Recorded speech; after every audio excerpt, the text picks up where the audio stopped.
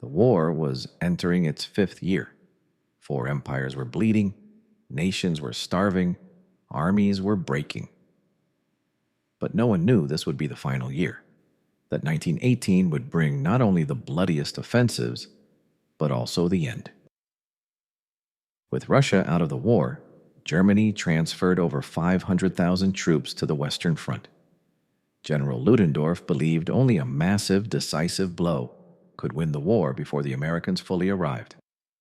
On March 21, 1918, Operation Michael began, the first of 5 major German offensives known as the Kaiserschlacht, or Kaiser's Battle. Using elite stormtroopers and innovative infiltration tactics, Germany broke through British lines, pushing them back over 60 kilometers.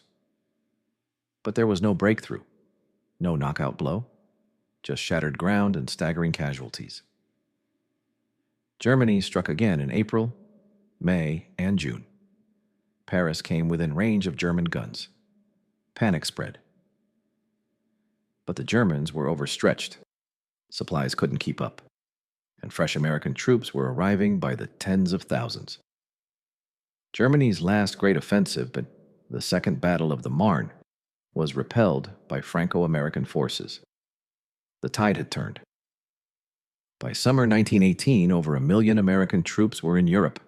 Young, well-fed, and full of spirit, they injected new life into the exhausted Allies. At Belleau Wood, they fought fiercely, earning German respect and Allied gratitude.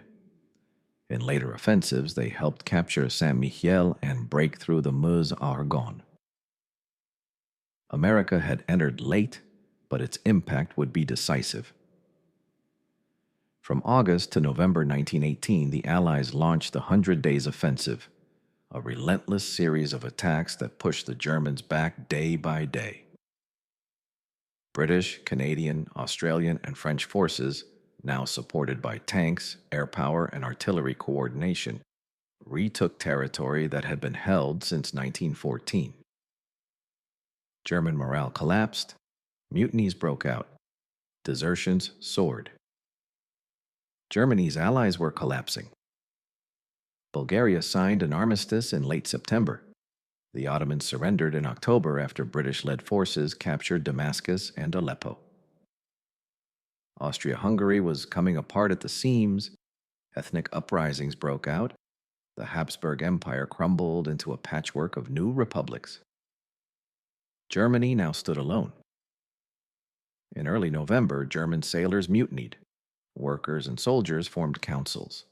A revolution swept across Germany. On November 9th, the Kaiser abdicated and fled to the Netherlands.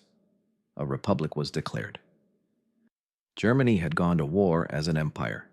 It was ending it as a broken democracy. At 5 a.m. on November 11th, 1918, in a train car in Compiègne Forest, Germany signed the Armistice Agreement. The guns would fall silent at 11 a.m., the 11th hour of the 11th day of the 11th month. When the moment came, a strange, terrible quiet fell over the front.